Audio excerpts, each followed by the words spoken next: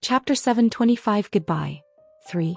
The sun rose slowly in the east, its rays piercing through the morning mist like spears of light. As it climbed higher in the sky, it transformed the dark world into a vibrant tapestry of colors, painting the clouds with fiery oranges, pinks, and yellows. In a quaint, cozy chapel nestled in a peaceful cemetery, soft instrumental music played in the background. The center was occupied by 3 baskets. There were also 3 portraits placed next to them. 3 people. A man in his middle years, a young woman, and a young girl. They all wore bright smiles on their faces. Sat on one of the wooden benches of the chapel, a young man gazed at the pictures. His shoulders trembled. There weren't many people in the chapel. Just 3 people. It was rather quiet. The only sound that could be heard was the mumbled cries that were eventually made audible by the young man who was at the front. Seated 2 rows behind, Kevin quietly stared at Run, who mournfully cried. In the end, they still died. Despite his meddling and giving Rin the Zuran fruit, his family still died. This world wasn't a kind one. Just like his parents, there wasn't much he could do. Nothing could change the inevitable fate that awaited them. There wasn't much emotion on Kevin's face as he gazed at Ren. He could somewhat understand what he was feeling, but it wasn't to a high degree. He was still trying to understand. Understand what he was feeling and what others were feeling. He was slowly getting there, but it would still take some time. After propping himself up with his hand on the wooden bench, he stood up on his own. While staring at Ren as he sobbed, he straightened his clothes and then left. He had seen enough. What would you do if you had the power to reverse back time? Even if in the end your effort will be for naught? It was a simple question. A question he had asked out of simple curiosity. There wasn't much of a meaning behind it. Nonetheless, the answer he got was an unexpected one. I'd spend every second of it thinking that it would be my last. Do you not have higher aspirations? Like perhaps wanting to be the strongest? With my talent? He scoffed. Regardless of how much I try, I'll always stop once I reach my limit. If I can reverse time, then I'll just make sure every day is my last. I'll make the most of it. Make the most of it. Kevin started to ponder over those words. He eventually shook his head. That wasn't the answer he was looking for. Turning his head, he stared at Ren. What if, every time you died, time would rewind and you'd witness everything happen over and over again? How would you feel then? I don't know. Ren gazed up at the sky. I'd probably be happy at first. Grateful even. But maybe at some point I think I'll lose my mind. I'd probably end up cursing the one who did this to me like crazy. You think so? Yeah. There might be new happy times, but in the end I'd still be watching my family die. I don't know if I can bear through the pain again. But wouldn't you see them again once you die? So what? All their memories of me will be gone. Ren tilted his head back. They might be the same people, but in the end everything we've gone through will be different. They will be them, but not the same them. If that even makes sense. Is that so? Kevin lowered his head and appeared to be deeply ruminating over Ren's words. He couldn't quite understand. It didn't surprise him though. He would only get to interact with his parents as a baby. Their behavior was generally the same, and he never really did anything much with them considering their circumstances. It would have been nice to see how they'd react to his current success. Too bad it wasn't possible. Still, if the opportunity presented itself to you, would you take it? As in being able to go back in time? Ren turned his head and looked at him strangely. Oddly enough, Kevin nodded his head seriously and sighed. Well, yeah. Even if you end up losing your mind in the process? Even if I end up losing my mind in the process? Ren repeated absent-mindedly. He was probably trying to imagine such a future. I see. Kevin slowly stood up and patted Ren on the shoulder. You know, you might beat yourself up for having such a low talent, but in reality you're one of the few blessed ones. Huh. Ren gave him an astonished look, but Kevin merely smiled and didn't elaborate. There were some things that were just better left unsaid. The more time passes, the more I realize just how dangerous this is. Kevin looked at his hand thoughtfully. He was shaking all over. He suddenly had a few hot streaks run down his cheeks and he felt something prickle at his chest. When he finally realized the true dangers that came with understanding the meaning behind what he was feeling, it was already too late for him to do anything about it. He'd give anything to make himself stop learning. It brought far too much pain. Unfortunately, it was too late.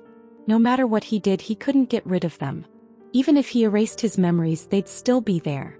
It was too late. He had become a human. Why you? Hi. Turning his head, Kevin's gaze paused on a girl with short auburn-colored hair. She was pretty. Extremely so. In spite of this, she appeared to be staring at him with the most menacing gaze he had ever seen her display ever since he had known her. Her eyes were filled with betrayal, hurt, sadness, and loathing. None of them were good. Kevin felt his heart prick even more. He managed to mumble something as he bent his head forward and stared at the body that was lying beneath him. It had to be done.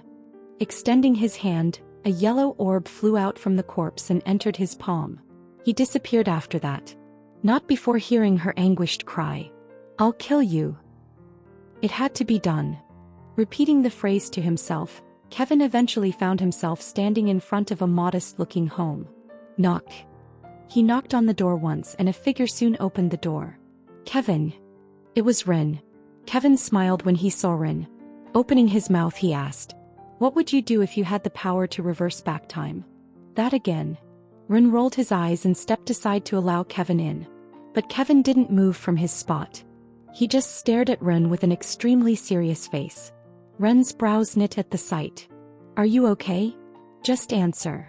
Kevin sharply said while hiding his right hand behind his back. He was trembling. What are you? Answer me. He looked behind and added. There's not much time. Rin frowned and once again looked at Kevin. In the end, although confused, he nodded his head. Not sure where you're coming from, but I guess so. He didn't appear to have given the question a great deal of thought before responding. Had he known the implications those words had, he probably would have put more thought into them. But his life wasn't anything special anyways. It was rather cold actually. As strange as it was, the only friend he had was Kevin. He didn't have any other friends. His salary was nothing to write home about because he worked as a night guard for a platinum-ranked guild. A mediocre salary, an empty house, and no social life. He really didn't have anything he could be proud of. So yeah, if he really did have a chance to turn back time, he'd take it. Regardless of the price he had to pay. That's the answer that I wanted to hear. Kevin cracked a smile and his head reached for Ren's face. What are? Before Ren could figure out what was going on, the hand grabbed him by the face and a bright white light went straight through his face. Thereafter, his figure completely disappeared and Kevin's face turned completely white. Kevin smiled the moment Ren disappeared. He might no longer remember him from this point forward, but he was sure they were going to meet again. He would make sure that happened. Ugh. As his body began to shake, Kevin toppled over onto his knee. Even though he was extremely weak at the moment, he managed to force himself to stand up, and his expression changed to one of indifference as he did so. He turned around and calmly gazed toward the sky, which was completely dark. Wobble. It wasn't long before the space fluctuated and an eye soon appeared in the sky. As soon as the eye came into view, there was complete silence across the globe and time stood still. Everything came to a halt. The cars, the clocks, and the people who were moving. The world was suddenly surrounded by an aura of antiquity as the eye gazed toward Kevin, who stared back at it without making even the slightest expression. What have you done? An ancient voice could be heard resonating across the surface of the entire planet. The voice caused everything, including Kevin, to shake, but no one else in the world heard it. He fearlessly stared at the eye in the sky. I'm merely following my mission. At the expense of a protector? Yes. Kevin answered in a flat tone. I will do anything necessary to accomplish my mission, even if it means absorbing the power of you protectors. Following Kevin's words, the air became very still, and an eye in the sky cast a profound gaze down upon him. It carefully looked at him and scanned him to see if there was anything out of the ordinary. The process didn't last long. At most a minute passed before the eye slowly lost interest. The eye closed gradually, and the changes that had been visible in the sky vanished as it did so. After that, everything returned to its usual state and the cars and clocks started moving again as usual. The people did as well. Piffy. The only one who wasn't fine was Kevin, who spat a mouthful of blood and fell forward. Lowering his head and gazing at his bloody hand, he gritted his teeth as hatred flashed across his vision. Soon. He mumbled. Chapter 726 Goodbye. 4. This will do. As Kevin peered into the distance, he appeared content with what he saw. Since that day he had experienced a few setbacks. But today he was at last prepared to move things forward to the next level. It's not that far from the main city, and it should be pretty hard to find unless you know the place. All in all, this place was perfect. Looking around him, Kevin eventually let out a long breath. Whew. Shortly after that, his eyes became sharper and the rest of his body began to glow with a mysterious cream color. It spread throughout the entirety of the cave. When he put his hand out in front of him, the cream-like hue that had been circling his body began to move toward his hand, forming a white orb. Kevin's face paled considerably at the appearance of the white orb, and the black dye that was covering his hair faded, revealing a set of white hair that flickered from white to black before finally settling toward black. Piffy. Up.dfrmewenvel.com. Blood spurted forth from his mouth, and the orb gradually condensed into the palm of his hand. Thud. Taking a knee, his chest trembled and more blood spurted toward the ground. As he continued to clench his fist, the light emanating from his body gradually dimmed, and the room reverted back to its previous state of complete darkness. However, the darkness began to lift as soon as a glimmer of light began to flicker from the orb he held in his hand. Kevin gazed at it with complicated emotions. There's no turning back. A portion of his power was contained within the orb that he held in his hand. As soon as he removed it from his body, he experienced an overwhelming sense of weakness, and he was aware that, without it, it would be impossible for him to defeat Jezebeth. He was also aware that without it, his life would slowly drain with each regression. He was essentially killing himself. He had to do it. Walk. Walk. Kevin clenched his teeth and brought the orb forth. Throwing a punch, a small hole formed on the ground and Kevin placed the orb inside. He slowly covered the orb by scooping the ground around it. This lasted until the light disappeared entirely, at which point the cave was plunged back into darkness. Huh. Feeling his chest tremble, Kevin leaned against one end of the cave and gazed toward where he planted the orb. It was dark and quiet. The only sound he could hear would come from the occasional drop from the side of the cave. It was oddly peaceful. Something he'd doubt he'd ever feel after today. The path he chose, it was one of suicide. He couldn't see the light at the end of the path he had chosen, and he knew it was a path that would lead to endless suffering. Both to him and he. But he had no choice. It was the only way. Did he feel guilty? No. He only just recently came to understand human emotions and how to be a human. His actions were those of selfishness and he understood that. He was only human after all. Heh. A soft chuckle escaped from his lips. No use regretting. He closed his eyes and the ground started to tremble. Rumble. It didn't last long and soon he could hear a faint rustling sound as a faint light penetrated the narrow gap in between his eyelids. Soon after that he opened his eyes. And his vision became clouded with the sight of a large and towering tree. Most notably, his gaze fell toward the top of the tree where a small fruit rested. A smile crept up on his pale face. This will do. Hey, you're finally here. Yeah. Kevin's words came out stuttering as he attempted to wave at Ren, who had just entered the room. At the moment he was feeling a little tipsy. I didn't know someone as powerful as you could get drunk. Well, it's strong. Kevin motioned with the bottle he was holding while also tapping the couch next to him. Come sit.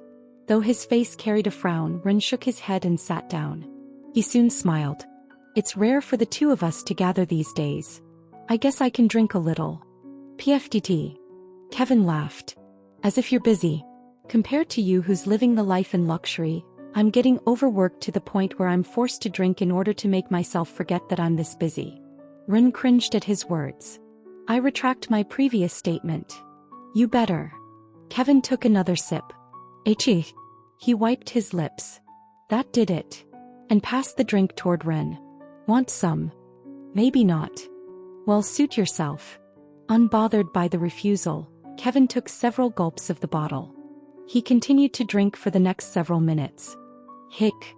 He got to the point where he started to hiccup and Ren finally took the bottle away from him. Alright, stop it. Ugh, no. Kevin groaned and struggled to take the bottle back. In the end he failed. Asshole. He glared at Ren. Ren rolled his eyes as he opened the bottle and poured the liquid directly in front of Kevin, who was staring at him with an even more intense glare. Kevin was visibly annoyed. That cost a lot, you know? Are you poor? That doesn't change things. Rin smiled but didn't say anything else. From then on, neither one of the two talked as they just sat back and stared toward the empty space in front of them.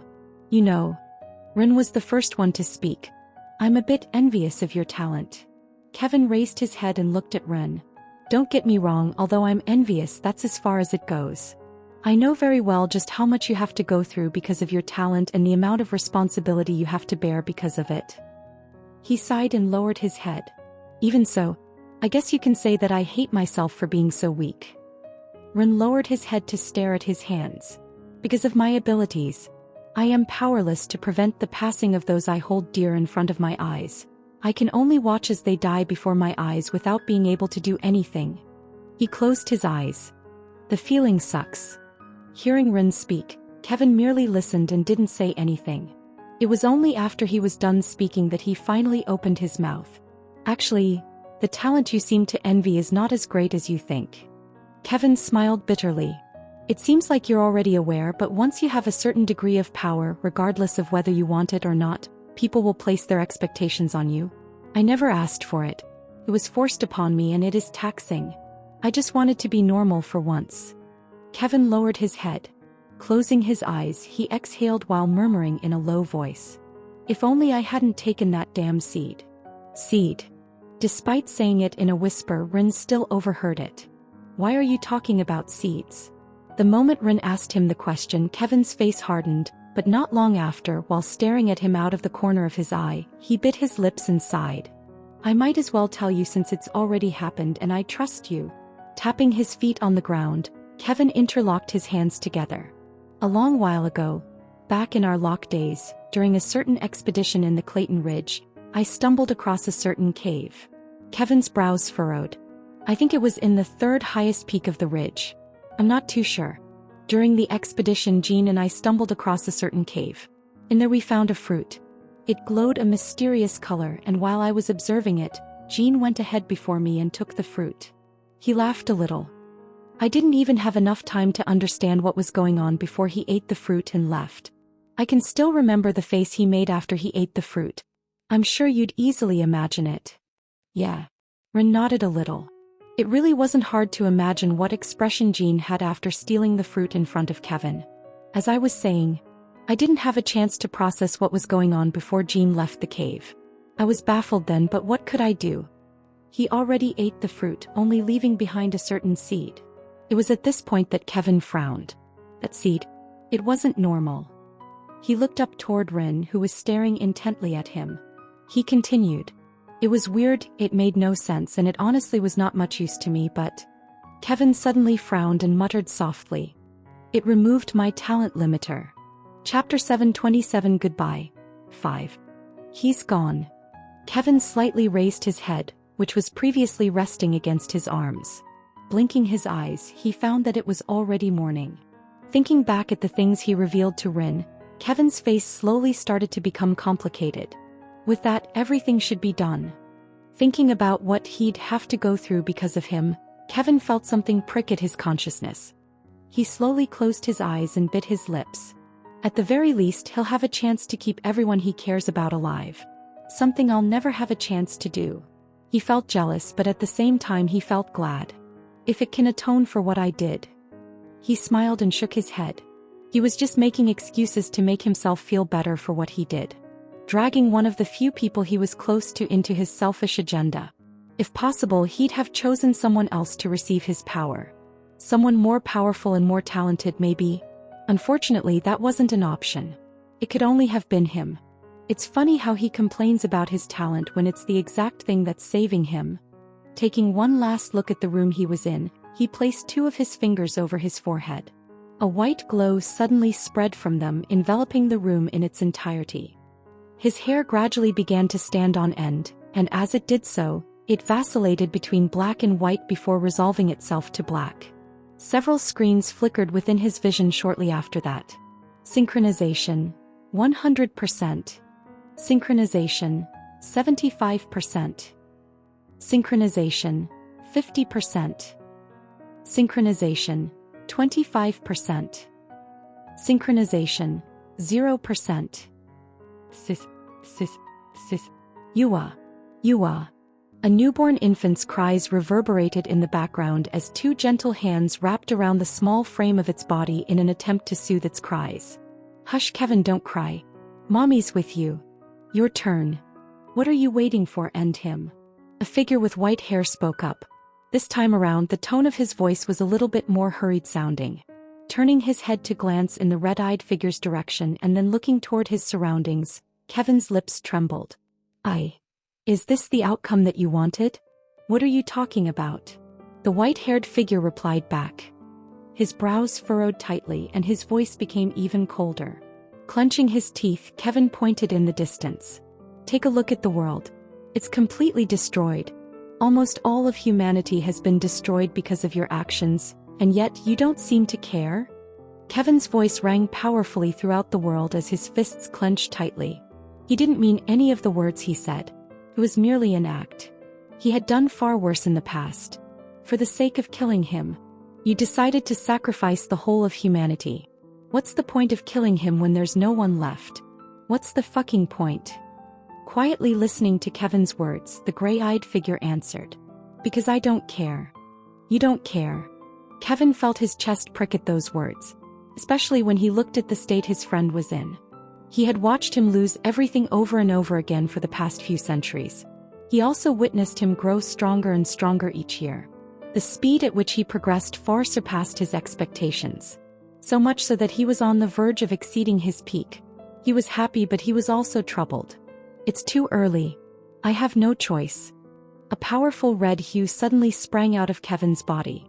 The hue that sprang out of his body was very faint and almost invisible, but the pressure that came out of it was nothing to scoff at. "You don't care about the fact that, because of your actions, humanity is on the verge of extinction?" He continued with his acting. "What are you doing?" Ignoring his words, the gray-eyed figure dully asked.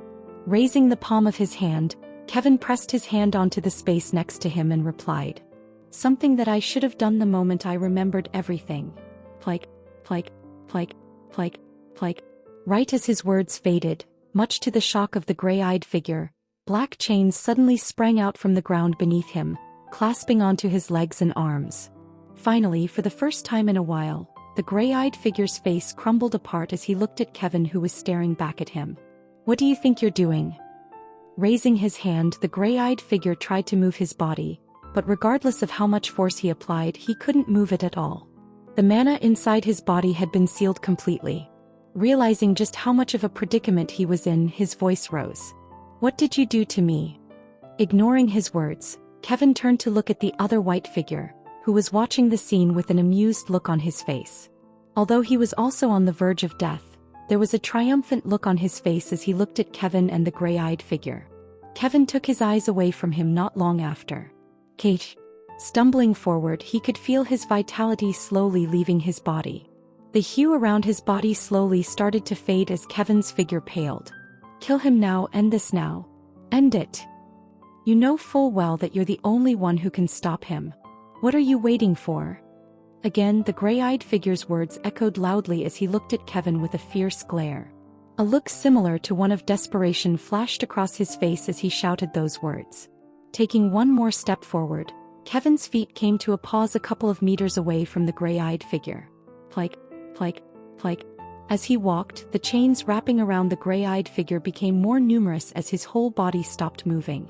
Seeing that his words couldn't reach Kevin, the gray-eyed figure stopped shouting. His face, which was originally cold, dulled completely. Lowering his head and glaring in Kevin's direction, the gray-eyed figure stared monotonously. "You think this will be enough to stop me?" "I don't know." Kevin shook his head. While he shook his head, Kevin knew that he couldn't stop him. He didn't care. He never meant to stop him in the first place. He was just setting up the stage for him. But we will find out soon. At least for now, you won't be able to do anything. Spurt. Raising his hand, Kevin suddenly pierced right through his own chest. Instantly, blood leaked out of his body. He felt a pain that was all too familiar course through his body. One that he had experienced countless times before. At first, it wasn't something he looked forward to, but at some point the discomfort, it became something that he looked forward to. Staring at Kevin, the gray-eyed figure's eyes grew colder. "Howdy." The moment Kevin's life slipped away, the world turned white and everything crumbled. In the pitch-black world. Crack, crack, crack. The chains that were shackling Ren began to show signs of wear and tear. His head began to gradually rise, and he looked down at the chains that were shackling him before turning his attention to the distance, where a figure was taking shape. He had a smile on his face as he gazed at him. It's been a while. His voice was soft, but they reached Ren without a problem. He moved toward him. You probably despise me, don't you? He didn't get an answer, nor did he expect to get any. He already knew the answer at heart. He pointed at the chains that were binding him. You're going to be free soon. The only reason the chains were there was because he was progressing too fast. Now that he had done everything that he had set out to do, the chains were no longer needed. They would soon disappear. Kevin drummed his fingers over his chest and took a deep breath. I'm going to disappear soon. Honestly, I don't want to die. I never really wanted to, but I have no choice but to die. I'm fine with it though. His lips moved to the side. I never got to enjoy my life very much. Whenever I thought I was enjoying something, I'd soon realize that it'd soon disappear before my eyes. Regardless of what I did, they were bound to suffer. My parents, Emma. Kevin laughed a little while, scratching the side of his face. I don't know. I guess it makes sense. I was born to defeat Jezebeth, not to be happy. He sighed while looking up. His lips trembled and he looked toward Ren. I've watched as everyone that I was ever close to look at me with eyes that revealed nothing but hatred at some point in my life. I've been scorned and spat at by those that I love the most, and the funny thing is that I can't even feel any sympathy toward myself. The things I did. Kevin shook his head and stopped speaking. This is probably the last time the two of us will ever see each other. I didn't come here to apologize to you. Whatever I say will probably only make you hate me more. Although I'm used to being hated, scorned at, I don't really want my last moments to be like that. Well, I guess maybe that's a bit too late. He took a deep breath and extended his hand. His fingers soon touched Ren's forehead and images entered his mind. I just hope that you will change your mind after seeing this. Ren, the other one. He can't do this alone. His creation was out of my expectations, honestly. I was honestly baffled by what you did, but I guess this isn't the first time that you surprised me. The process didn't last long, and once he moved his finger away, his body turned transparent. Finally, Ren looked at him properly. His hazy eyes regained some clarity, and it was there that he saw Kevin stare at him with a forced smile. The corners of his eyes were wet, but he'd repeatedly raise his head to hide the fact. Once their eyes met, Kevin's smile grew deeper. Despite all the words he said and the forced smile, he was happy. He'd been hated and scorned by all those he cared about. But he didn't mind that. Thinking of their possible future, he only felt relief. Everyone was a bad guy in another one's story, and he was the bad guy in many of those. He didn't mind that. Good, bad, he didn't care. He just did what he felt was right. His smile relaxed. Goodbye. His form shattered into innumerable fragments, and the void fell back into its previous state of utter silence. Prick, prick, prick. The chains binding Ren slowly broke apart and he fell to the ground. Ren struggled to lift his head slightly. His eyes were drawn to the spot where Kevin had been standing, and he raised his head to look up.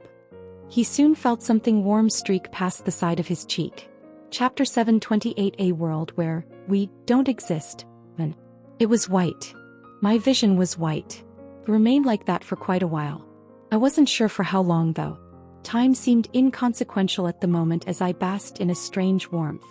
It enveloped every part of my body, pouring into me and tickling every part of me. It felt oddly good. The feeling didn't last for long. Soon my vision warped and my senses started to return. It wasn't long before I felt something bump against me and I heard the sound of engines roaring in the distance. What are you doing, asshole? When I turned around to look around me, I was taken aback to find that I was standing in the middle of a crosswalk. People moved past me with annoyed and threatening looks. What are you standing there like an idiot? Move the fuck away. I was pushed once again. When I turned to look, I saw a young girl glaring at me before she disappeared into the crowd. After frowning for a while, I ultimately made the decision to cross over to the other side of the road. Even though I wasn't entirely clear on the reason why I was standing in the middle of the road, I should know better than to just remain standing there. After making it to the end of the road without incident, I stopped for a second to take a look at my surroundings. What's going on? Everything looked and felt so different. Is it just me? I could see children running around with happy expressions on their faces, and adults walking alongside them with smiles plastered on their faces as they went about their business. It was as though the war that they'd just gone through had never happened. Are they that happy that the war is over? The scenery wasn't bad. I quite liked it. It was quite peaceful, and unknowingly I cracked a smile. Kevin did a good job. All that I was seeing was thanks to his sacrifice. My smile slowly receded as I thought about him. If only he was Dash. Realizing something, I looked up at the sky and a curse slipped past my mouth. The fuck? I gave it a few blinks to make sure my eyes weren't playing tricks on me. Confirming that I was indeed seeing correctly, I lowered my head and glanced at the air around me. It contained little to no scions. What? I felt my heart stop for a moment. That wasn't all. The massive crack that used to hang in the sky was also gone. As if it never existed in the first place. Hold on a second, what the hell is going on?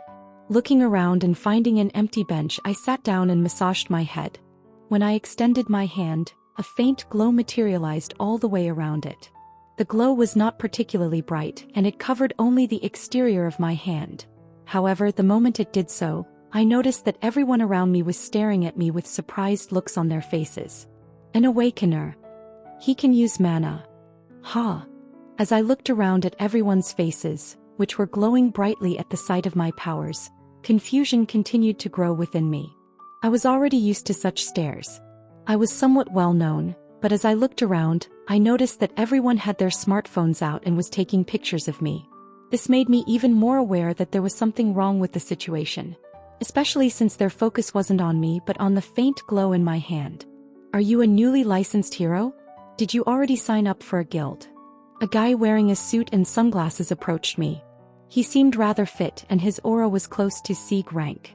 Probably D+ rank. For some reason, the moment he arrived, the people around him moved and looked at him with even more reverence than they previously did toward me. Is he famous? I stealthily gave him a closer look, and after determining that he was not a person I had seen before, I gave a covert shrug. Must be some sort of celebrity, I guess. I didn't really pay attention to anything outside of what I cared about. I was famous, but not to the point where everyone knew me, unlike Kevin. I didn't expect to see a talented young man over here. His eyes under the sunglasses seemed to be glowing as he looked at me. He handed me a diamond card. Pleasure to meet you. I'll cut straight to the chase. I would like to recruit you to our guild. There was visible pride in his voice as he said those words. I was amused, but I still took the card. Dominion Scott, head scout of Green Claw Guild. Playing with the card, I looked at him and pointed at myself. Don't you know me? While I didn't expect everyone to know me, I didn't expect someone who seemed to be working in the guild business to be unaware of who I was. I wasn't being arrogant. I was just aware of the fact that I was quite well known within the guilding industry, especially since I was so highly ranked within the hero ranking. The man cocked his head with a confused look. Should I know you? I was taken aback and my brows furrowed. Does he really not know who I am? Perhaps he's new to the business. That probably was the answer. Smiling, I handed him the card. Never mind. Thank you for the offer, but I'll have to reject it. You're rejecting? It was the man's turn to frown as he stared at the card in my hand. Raising his head, he looked at me deeply before his voice lowered. Are you already with some other guild? No. I had my own mercenary group. What guild? Are you perhaps from the Union? No. The hell was with the questions? Are you Dash? Look man, I'm not with anyone. If you'll excuse me, I'll take my leave. His behavior was beginning to annoy me and I couldn't stand it any longer. As a result, I shoved the card back at him and got ready to leave to head back to the headquarters. Only that. I'm talking. Who told you to leave? A hand pressed against my shoulder. There was quite a bit of force put into it, but it wasn't as if it was very painful. Haha. I let out a laugh. It's been a while since I've met someone this arrogant. I cocked my head to the side and looked at the man before focusing my attention on the hand that was pressing against my shoulder. I smiled. It's in your best interest if you were to let go. Hey kid, I've been treating you pretty nicely. I'd appreciate it if you took a look at the offer once more. The man lowered his head, exposing his eyes under his sunglasses. As a bright yellow glow began to emanate from his body, The complexion of the people in the area around us began to change. Looking around me, I frowned. Do you seriously not know me? I already knew the answer, but I had to make sure. For some reason, I felt that there was something off about the situation. Heh. The man laughed, and the yellow glow around his body started to expand. Kid, do you think that just because you've awakened your powers you're some sort of big shot? Let me tell you, your powers mean not. Alright, shut up. I pressed my hand against his mouth and clenched his head tightly. Instantaneously, the yellow glow that had been enveloping him vanished, and his face turned completely white. After lowering my head and taking a quick glance at the business card that he had given to me earlier but that had since fallen to the ground, I bent over and picked it up. I looked at the guild name which was imprinted on the card. Green Claw Guild, huh? Never heard of it before. I was a bit surprised. I had never heard of this diamond-ranked guild before. I assumed I knew the names of most of the diamond-graded guilds because there weren't many of them. But from the looks of it, my memory was starting to fail. No, that's impossible. Was this perhaps a new guild that made great contributions to the war and was thus promoted as a result? If so, I'd explain why everyone seemed to be looking up to someone who was ranked so low. How should I deal with this? As I turned my attention back to the man, who was by this time wriggling around in my grasp, I felt my head throb with annoyance. His once pale face had taken on a purplish hue, and he stared at me with a terrified expression. I heaved a sigh and released my grip on him as I reflected on my earlier discoveries and noticed the terrified expressions on the faces of the people around me. I don't have time to deal with this crap at the moment. Cough, cough. The moment I released him, he started coughing violently. Why you? He seemed to want to say something to me, but I ignored him and headed out. There were more important things that I needed to take care of. Although he looked like a chained villain, I wasn't too bothered. Staring at the card in my hand, it slowly burned and disappeared. Perhaps I'll pay the guild a visit later. Chapter 729, a world where we don't exist. How dare he? That bastard. Dominon's jaw clenched tightly as he inched his way up from the ground while grinding his teeth. After glaring at the people around him for what seemed like an eternity and then watching them leave one by one, he massaged his jaw. In that brief instant, he felt the hand seize his jaw. He thought his face would explode. How is he so strong? He didn't even have time to react before he felt his hand grasp his jaw. He felt helpless at that moment. No matter how hard he struggled, he was unable to free himself from that grasp. For a moment he thought he was going to die. Dominion, ever since he joined the Green Claw Guild, never imagined there would be a day when he would find himself in a position where he would find himself completely helpless and disrespected like that. From the first moment he saw the young man, he had the impression that he was powerful. However, he had never before thought that he was powerful to that extent. It was highly likely that he was an emerging face in the industry. But how come I don't remember seeing news about him? That was what confused Dominion the most regarding the circumstances.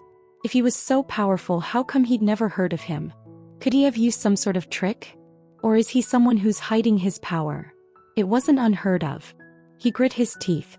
Regardless of whether you've hidden your power or not, you've messed with the wrong person. He was going to make the youth understand that letting go was the worst decision he could have possibly made. Dominion continued to massage his jaw and took out his phone. He soon dialed a number. I wonder what face he'll make once he sees the guild leader in person. His eyes flashed with ferocity. What's going on here? I came to a halt in front of a plot of land on which there was a sizable warehouse. Nothing was left inside and the building looked to be completely deserted. My brows furrowed even further as I walked around the location and double-checked to make sure there really was nothing there. I stopped once I was certain that the place was completely abandoned. The hell is going on? From the thin manna in the air to the guild recruiter who didn't seem to know me, to the warehouse where my headquarters were supposed to be, it finally became extremely clear to me that something was extremely wrong with the situation. I had to take a deep breath to calm myself down. Just what did you do, Kevin? When I thought back to the scene where his body abruptly disintegrated into fragments and entered my body, I realized that whatever was happening to me was a direct result of whatever he had done moments prior to his death. I just needed to understand what he'd done. Let me try checking home. The scene around me warped and I appeared before a tall building. It was a familiar building. One that I had been to many times before in the past.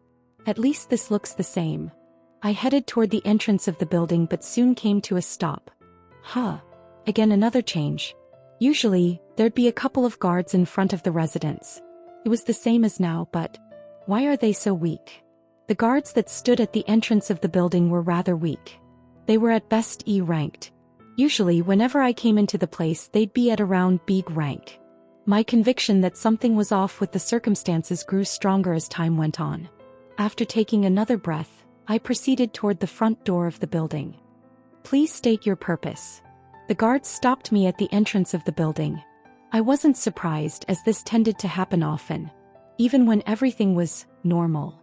I flashed them a card. I live here. The moment I took out the card, the guards looked at each other and frowned. You have the wrong building, sir. My expression didn't change at their rejection. I somewhat expected this to happen. After casting a brief glance in their direction, I moved forward and proceeded to enter the building. It wasn't until I walked into the building that the security guards regained their composure and started looking around in a daze. What happened? What were we doing just now? With my abilities, overhearing their words was rather easy. Not that I cared as my vision warped once more and I appeared in front of my apartment. But I tapped the card against the door but nothing happened. Strange. Why isn't the card working? Everything about the whole situation was strange. From everything that had happened before to now this. Just what in the world was going on? It was when I was in the midst of my thoughts that I heard a voice coming from behind me. Do you need some help? It was a familiar voice and I turned around. Seeing a familiar figure, I finally smiled in relief.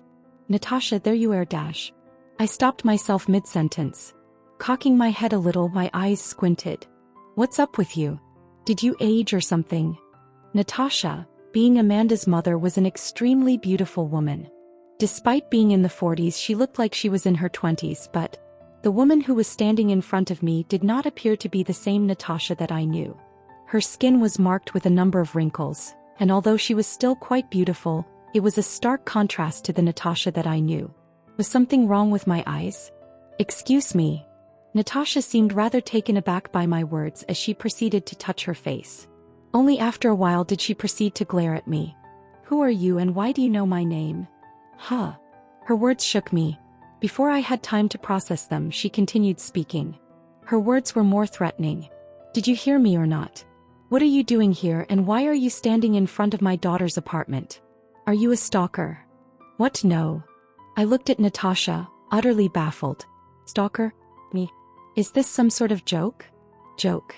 The moment Natasha pulled out her phone and started dialing a number, her glare intensified. Someone soon picked up. Madam, what's going on?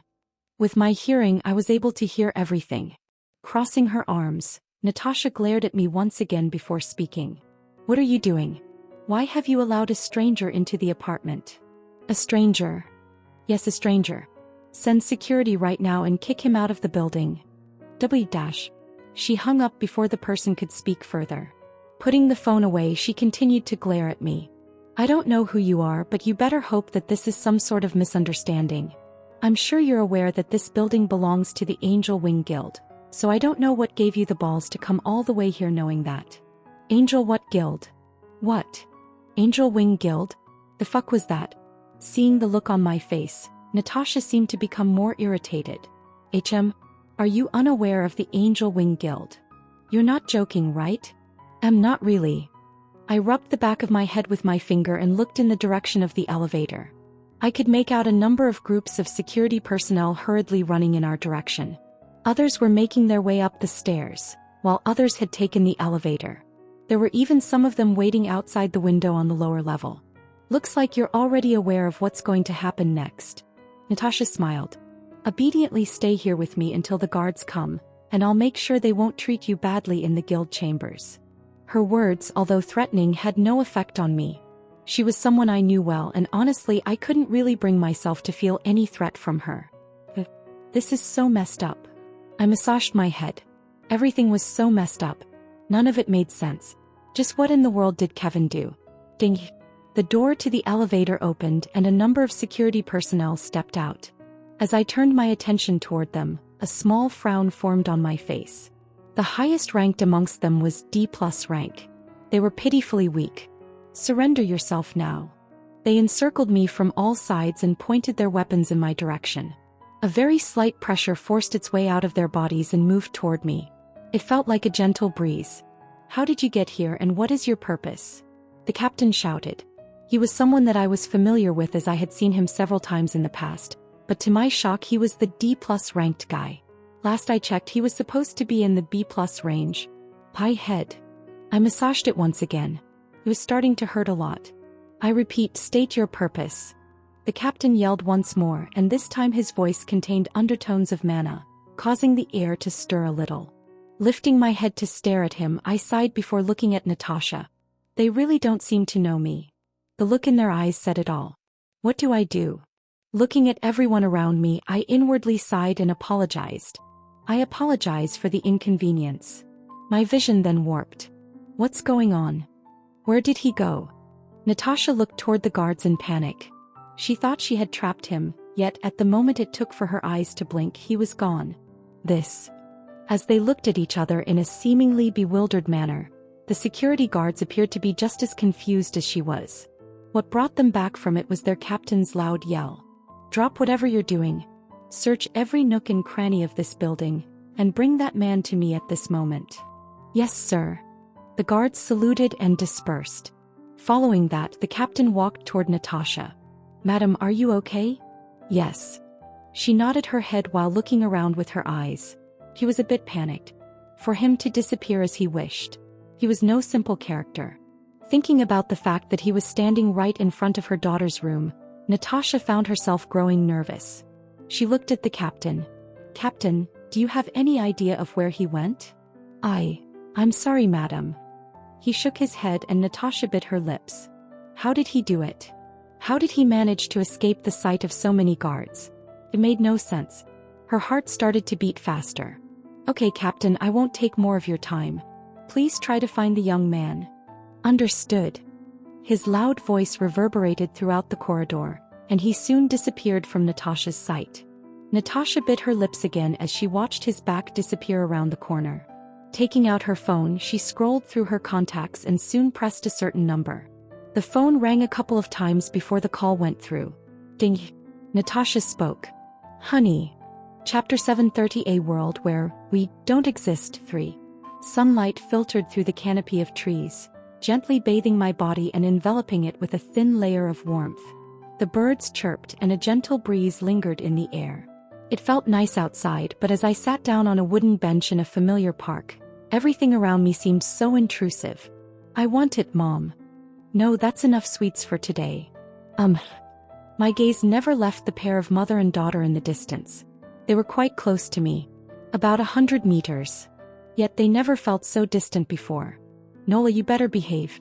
I already told you that you can't have any more candy for today." "Why?" "Because I said so." I couldn't help but crack a smile as I watched the two of them argue from a distance. It was a sight that had been seen plenty of times before. One to which I have been accustomed for a considerable amount of time. "Is there something that you need, young man?" Apparently noticing my gaze, the woman turned her head to look at me. She looked the same, maybe a bit older than in my memories. I smiled at the two. "No, don't mind me. You guys just remind me of my family." "Oh." The woman flashed me a smile before patting Nola on the head. "Is your sister as naughty as her?" Lowering my head to look at Nola, I laughed. "You can say so. Perhaps even naughtier." "You must have it tough then." The woman spoke with sympathy before taking Nola's hand. She was currently glaring daggers at me and I couldn't help but laugh once more. "It's getting late. You have to go." "It was nice knowing you." "It was nice knowing you too," I murmured while staring at their departing backs. I didn't have to wait for very long before I lost sight of the two of them, and when that happened I leaned back against the bench that I was sitting on. This is fucked. The whole situation was fucked. Why did you do this, Kevin? I had an idea at first, but it only became clear to me after a while. This was not the world I lived in. This was a world where Kevin and I never existed. No, rather. It's more accurate to say that this is a world where the Demon King never existed. While mana existed, gates and dungeons didn't. The monolith also didn't exist and no one had ever heard of the demons. Dwarves and the other races too. The geography was also very different from what I remembered. with Ashton City still existing but the four great cities having disappeared from the world's map and being replaced by many other major cities all over the world. That wasn't all. The overall strength of the people here was drastically lower than in the world that I was used to. In this world, the highest power was A+. It was none other than Octavius who held such power, but despite my best efforts, I was unable to find any humor in this situation. This world made no sense to me. May I take a seat? Yeah, sure. I scooched to the side a little and allowed the person to sit next to me. Covering my face with my arm, I took a deep breath. Just what is your purpose in sending me to this world? There must be a reason, and how do I go back? Reverse it. There was no way Kevin did all of this without a reason. There must have been one, but just what was that reason? Are you perhaps wondering why you've been sent here? A voice pricked my ears and my body tensed. The voice. It was somewhat familiar. I just couldn't quite remember to whom it belonged to. I slowly lowered my arm and looked toward my right. Immediately my breath stopped and my mouth opened and closed several times. It was a face that I'd never forget. One that belonged to a guy whom I used to regard as my best friend. The same one that I had killed a long time ago. Matthew. Angel Wing Guild. Edward had a serious look on his face as he looked at the screen in front of him. Two other men were standing behind him and both of them were also staring intently at the screen before Edward. The room was incredibly tense at the moment. No one uttered a single word as everyone gazed in the direction of the screen in front of them.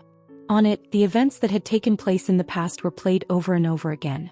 It showed a young person with short black hair and deep blue eyes, looking around before disappearing. It had been about the 12th time that Edward watched, and yet he couldn't understand how that youth managed to disappear from the spot. Was it some sort of skill?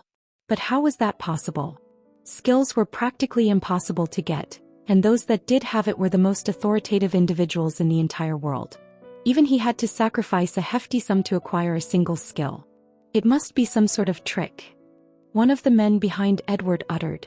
He had long gray hair and a thick beard. If he really did have a skill, then I'm sure we would have known about it. There's no way our information network would miss someone like him. I agree. The other male nodded.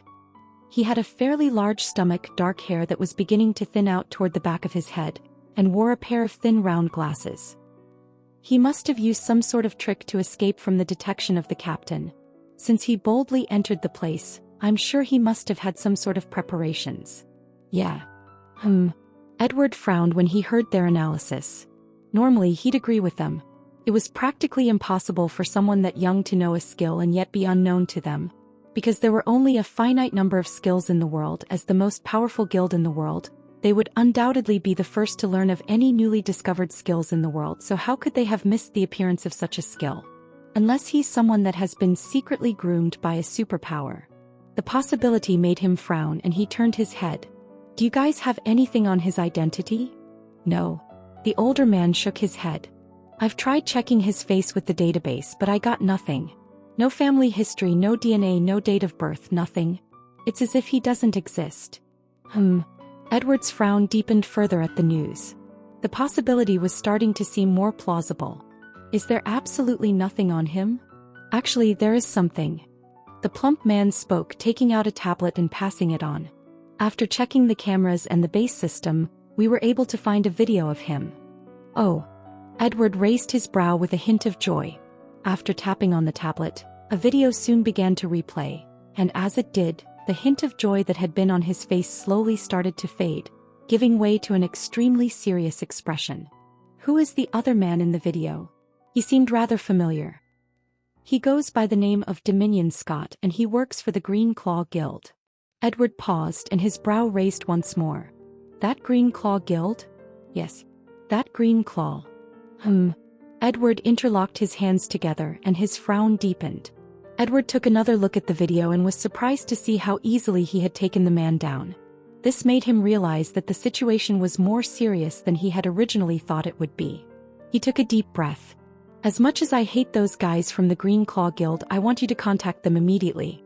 Tell them that we're willing to cooperate with them in finding this youth. You want to contact them? The plump man looked at Edward strangely. Why do we have to contact them? Can't we just do it ourselves? No. Edward shook his head and shifted his attention back toward the display. Since we both have the same target, it's best if we cooperate. We might be the #1 guild, but that doesn't mean we're omnipotent. If we join hands with them, we might be able to find him faster. His goal was to find the man. Nothing else. He didn't care if he had to work with someone else to find him. Understood. The two nodded immediately and thereafter left the room in haste. Silence reigned over the office space as Edward traced his finger over the tablet and continued to replay the video. The more he watched, the greater his frown became. The young man was without a doubt strong. To what extent? He wasn't sure. However, that didn't matter. Although he hadn't done anything to Natasha, just the fact that he had gone to his daughter's apartment and claimed it as his own alarmed him. He couldn't let such a dangerous man continue to roam the streets. Not when he was possibly aiming for his daughter. Toc. A knock was suddenly heard from the other side of the room. It soon opened to reveal the features of a young woman with glossy black hair and a well-developed body, with her abdomen revealed in her two-piece outfit that consisted of a short black shirt and a leather skirt. Her face was cold, but at the same time, it carried a gentleness within it. Moving toward Edward, she asked, "Did you call me father?" Chapter 731, a world where we don't exist for Green Claw Guild. Inside of a large meeting room. A large oval table made of wood hosted a number of people who were seated nearby. As everyone looked at the big screen near the room's entrance, their auras spread through the whole room. On the monitor was a short video depicting an incident. The video didn't last for long. It was about a couple of minutes long and it soon ended. Once it did, silence filtered throughout the entirety of the room. Everyone's attention then shifted toward a certain individual. This video has been circulating all over the internet. Do you have an answer for this, Dominion? A deep voice echoed out into the room. It belonged to the current guild master of the Green Claw Guild, Jerome Knox. Being ranked within the top 100 of the hero rankings. He was a man in his mid-50s with short green hair and a bulky body.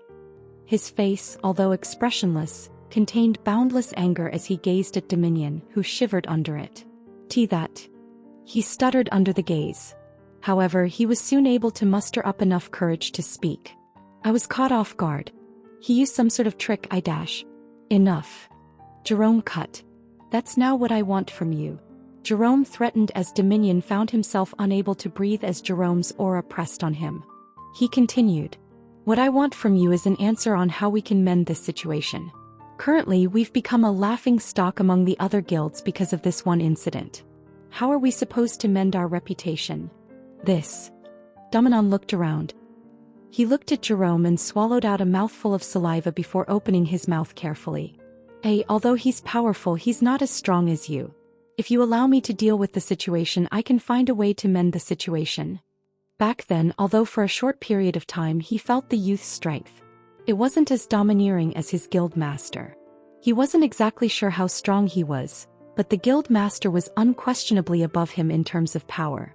He was certain that he would be able to handle him. Ding! It was all of a sudden that a subtle ringing noise spread throughout the room. The focus of everyone's attention shifted to Jerome, who grimaced and pulled out his phone. As he read the notification that had appeared, his expression changed from one of annoyance to one of surprise as he began to smile. Putting the phone away, he looked toward the others. "It looks like we won't have to deal with this alone." There weren't many things that utterly shocked me. Even when I found myself in a new world where everyone didn't know me and everything was different, I was able to retain my calm and calmly process what was happening. I was perhaps alarmed, but I wasn't shocked. I thought that with all that I had seen, there wouldn't be many things that would bring forth such emotion. Staring at the youth in front of me, I couldn't help but feel shocked. Matthew. The fact that he was alive wasn't what shocked me. That seemed fairly normal considering that this was a different world. What shocked me was the fact that he seemed to know me and what was happening around me. He flashed me a smile. "Are you that shocked to see me?" He seemed to be enjoying my reaction as he laughed a little. "You're probably wondering why I know you and why I seem to know about your circumstances, right?"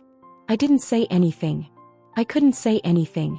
Opening my mouth, I found myself struggling to find my words. Eventually, I nodded my head. "There's really nothing much to it." Matthew leaned back against the bench and gazed toward the distant sun. He didn't look for too long as his eyes soon squinted. In that short moment, I was beginning to calm down and come to terms with the situation. His next words, however, caught me completely off guard. "I've long known that you were going to come. Kevin told me a long time ago." I paused, trying to process his words. It was a rather slow process since the words didn't seem to register in my hand. When I did process them, however, I almost got up from my seat. "What?" Thankfully, I remained seated and didn't cause a scene. Despite that, I still found it hard to contain myself. "Did you just say Kevin told you a long time ago? How was that possible? Did the two even know each other? You must be confused." Matthew smiled in amusement. It was very clear that he was enjoying my shock, but his smile soon faded. He looked around him. "You're wondering why I know Kevin and what is currently happening to you, right? You probably already figured out that this world isn't the same world that you lived in, and that there must have been a reason why you were sent here." "Yeah. Right on. That was exactly what I wanted to figure out." Although Matthew's appearance shocked me, I was soon able to calm down. Right now, I was intently listening to what Matthew had to say. "I'll start off simple." Matthew licked his lips as a complicated look flashed across his features. "From the very beginning, I've been working with Kevin." My eyes opened wide. "You call that simple?" Before I could say anything, Matthew continued. "Don't get me wrong. What I did to your parents and signing a contract with a demon, that was all me. When I say I've been working with Kevin from the very beginning, I mean from several regressions back." His smile grew bitter. "As you're very well aware, once a contracted demon dies, their host will also similarly die. Only on a rare chance will they survive. And that's extremely rare.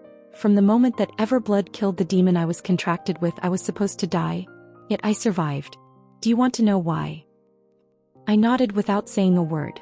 Indeed, looking back at it now, Matthew wasn't supposed to have lived as long as he did. He was supposed to have died along with the contracted demon. While Everblood thought back then that I had survived due to that one small chance, reality was that I only kept on living due to Kevin's interference. At the time, I didn't know he had interfered before, but during that one brief moment where I was supposed to die in one of the timelines, he restored my memories, and from there I was able to learn about our past. The smile on his face grew more bitter. "The things I did to you. The brief moments where my head became clear and I learned of my actions. The regret that I felt during each death of mine. It all came crashing down on me at that moment, and he finally appeared before me." He closed his eyes. "We had a brief conversation. It wasn't that long, and I'm not sure how long ago it was. But from what I remember, he told me that there would come a day where I'd need to explain to you the contents of our conversation, but that the time wasn't right yet. He told me that the day wouldn't be too long and that for now, all I had to do was just follow Everblood and report to him everything that he was doing. In a way, I guess you can say that I was spying on Everblood while also checking up on you when the time came that you entered the monolith." His eyes soon opened and he looked at me with clear eyes. "I don't know how many times I've died under your blade ever since then, but I guess you can say that I deserved it for what I did to you, although you really never were gentle with me when you killed me." His eyes suddenly squinted and his face grew bitter. "Getting stabbed in the chest really isn't the most pleasant of experience. How was I supposed to know?" I scratched the side of my cheek. Back then, all I wanted to do was survive. I didn't really care about whether he suffered or not during his death. Matthew looked at me with disgust. "Didn't you hear me say, if there's a next time, do it more gently?" I didn't just say it because I was dying. I said it because I literally meant it. So that's what it was about. Back then, I didn't really think much when he said those words. I thought they were just a few short words he said to make light of his death. But it seemed like that wasn't the case. My memories were wiped. I really didn't know. I'm just messing. Don't take my words seriously. Matthew laughed a bit before finally standing up from the bench. He proceeded to stretch his back before looking at me. "You must be wondering why you were sent here, right? While I also don't exactly know the reason, I was told to show you several things." Matthew suddenly paused as he looked at me. "Ah, right. If you were worried about going back, don't be. After everything is done, you'll be able to go back to where you belong. You can say that this is a small trip you have to take in order to get a better understanding of why Kevin did what he did." He smiled. He really did sacrifice a lot. Chapter 732, Death Sentence. 1. The world looks peaceful, doesn't it? While I trailed Matthew from behind, I looked around at everything that was going on around me. The world, as he pointed out, was quite different from the world that I lived in. People running around with smiles. No gates or demons to worry about. It was extremely peaceful. Enough to make me jealous. Is this how the world would have been if Jezebeth and the demons never existed? It was rather good. You think too much. Matthew smirked as he looked at me. True, the world looks peaceful, but that's merely what you're perceiving on the surface. Reality is, the world is a lot less idealistic than you'd imagine. He continued forth and I followed from behind him. He didn't elaborate further, but he seemed to be hinting at something. I honestly didn't understand his words. When I looked around me and saw the world, which appeared to be in much better shape than the war-torn world that I was a part of, I had a hard time believing that this world could be as terrible as he hinted at. Merely what you're perceiving on the surface. Was he hinting that something big was happening in the shadows? We're nearly here. The first thing that caught my eye in the distance was a familiar skyscraper. It was a building that I had frequented in the past, and its appearance in this world was identical to how it appeared in the world that I belonged to. The Union Tower. We want justice. I heard faint chants in the distance. At least that part of the Union Tower didn't change. Be it my world or this world, there'd always be a couple of people protesting there. The further we went, the louder they got, and it wasn't long before I had a better grasp of what they were yelling. My expression changed a little. Life imprisonment. Sentence those criminals to the death. Kill them. Hearing the contents of their words, my brows slowly furrowed and I looked toward Matthew. What's going on? Were some big-time criminals being persecuted? The reaction seemed rather extreme. You'll see. Matthew merely smiled at my question and continued moving forward. Even though his secrecy was driving me a bit crazy, I decided to follow him closely and no longer said a word. I was a patient man. Kill those traitors. Have them hanged in the streets and make an example of them. Murderers. Before long, I stood before a large group of people carrying signs and speakers, shouting toward the Union Tower. They shouted all sorts of profanities while waving the banners in the sky. We want justice. We want justice. We want justice. Their chants spread throughout every nook and cranny of the square beneath the Union Tower. It was so loud that it was starting to grow uncomfortable. We're here.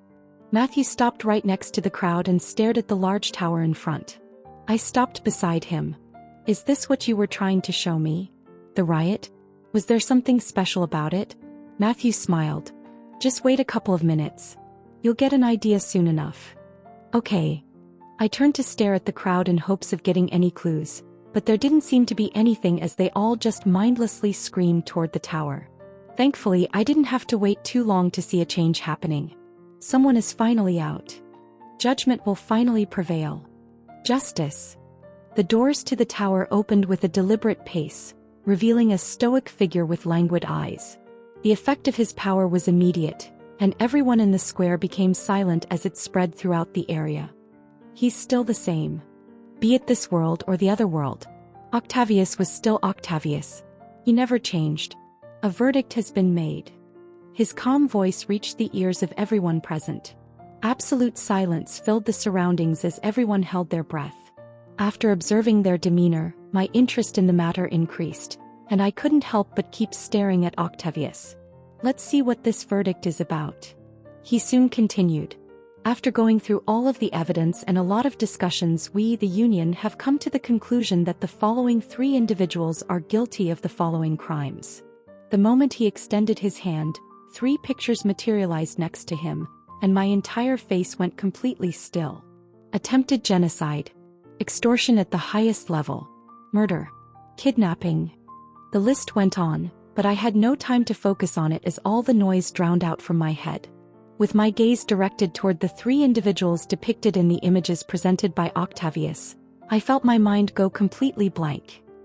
How is this possible? It didn't make sense. Toshimoto Keiki, also known as Grandmaster Keiki, sole creator of the Keiki style, and a former honorary member of the Union.